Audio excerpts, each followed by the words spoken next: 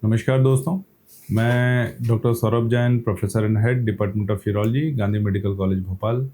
मैं आपका अपने यूट्यूब चैनल पे बहुत स्वागत करता हूं और आज का टॉपिक है pre mature ejaculation. Pre mature ejaculation मतलब जिसको हम आम भाषा में कहते हैं शीघ्र पतन। अगर हम आम भाषा में समझना चाहें कि शीघ्र पतन क्या होता है, कई पेशेंट्स आते हैं कि डॉक्टर साहब मेरी जो रिलेशनशिप बनाने के समय जो मेरी टाइमिंग है वो काफ़ी कम है, या मैं इतने टाइम के अंदर मेरे को इजैकुलेशन हो जाता है, पतन हो जाता है।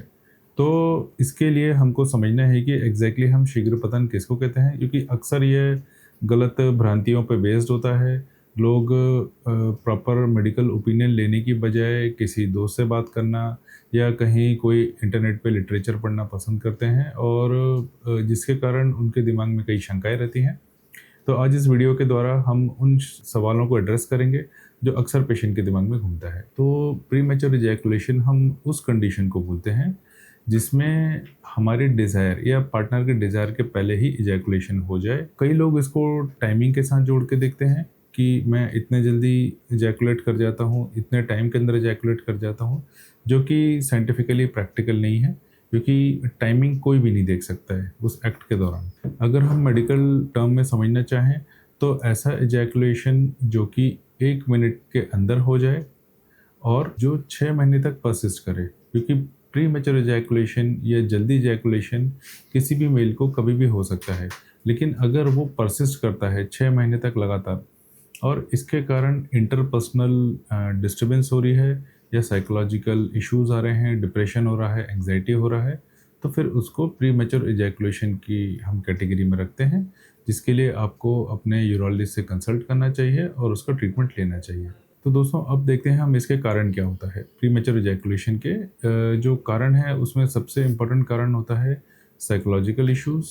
अगर हमको स्ट्रेस है, एंग्जाइटी है, स्लीप प्रॉपर नहीं है जिससे कारण सेरोटोनिन लेवल्स की कमी हो जाए, या फिर बाय नेचर हमको एंग्जाइटी या एंग्शियसनेस रहती है, तो भी प्री मैच्योर इजैकुलेशन हो सकता है। अगर बहुत ड्यूरेशन के बाद हम रिलेशनशिप में जा रहे हैं तो भी इनिशियल कुछ फेजेस में प्री मैच्योर इजैकुलेशन हो सकता है। कई लोगों में ये एक नेचुरल उनका टाइमिंग होता है जिसमें उनको जल्दी इजैकुलेट करने की टेंडेंसी होती है। अब premature ejaculation as such कोई बीमारी नहीं है, लेकिन अगर हम प्लेजर के लिए या एंग्जाइटी वश इसके ड्यूरेशन को अगर हम बढ़ाना चाहें तो उसकी कुछ टेक्निक्स होती हैं। उन टेक्निक में सबसे इम्पॉर्टेंट होता है लाइफस्टाइल मॉडिफिकेशन, जिसमें प्रॉपर स्लीप एडवाइस की जाती है। पेशेंट को अल्कोहल और स्मोकिंग क्विट करने के लिए मोटिवेट किया जाता है। डेली एक्सरसाइज करना 30 मिनट पर डे रिकमेंड किया जाता है ताकि बॉडी के अंदर डोपामाइन सेरोटोनिन लेवल्स इंप्रूव हों। अगर इन सब चीज़ों से भी आराम नहीं मिलता है तो फिर नेक्स्ट स्टेप होता है मेडिकेशन पे आना। मेडिकेशन के लिए हम लोकल एनेस्थेटिक एजेंट यूज़ कर सकते हैं, जिसमें कुछ क्रीम्स होती हैं, स्प्रेज होते हैं, जो पेनिस का जो हेड होता है उसके ऊपर हम अप्लाई कर सकते हैं। नॉर्मली ये 5 मिनट 10 मिनट पहले एप्लीकेशन रिकमेंड किया जाता है, और उसको एक पर्टिकुलर स्पॉट होता है पेनिस पे जिस पे इसको एप्लीकेशन एडवाइस की जाती है। अगर हम पूरे पेनिस पे लगा लेंगे तो we will not achieve a good orgasm, तो इसलिए एक पर्टिकुलर स्पॉट होता है जहाँ पे उसको रिकमेंड करते हैं ताकि इजैकुलेशन भी डिले हो जाए और पेशेंट ऑर्गेज़म्स भी अचीव कर पाए। इसके अलावा कुछ मेडिसिन्स होती हैं जैसे डेपोक्सिटिन हो गया, ये मेडिसिन्स भी इजैकुलेशन को डिले कर सकते हैं।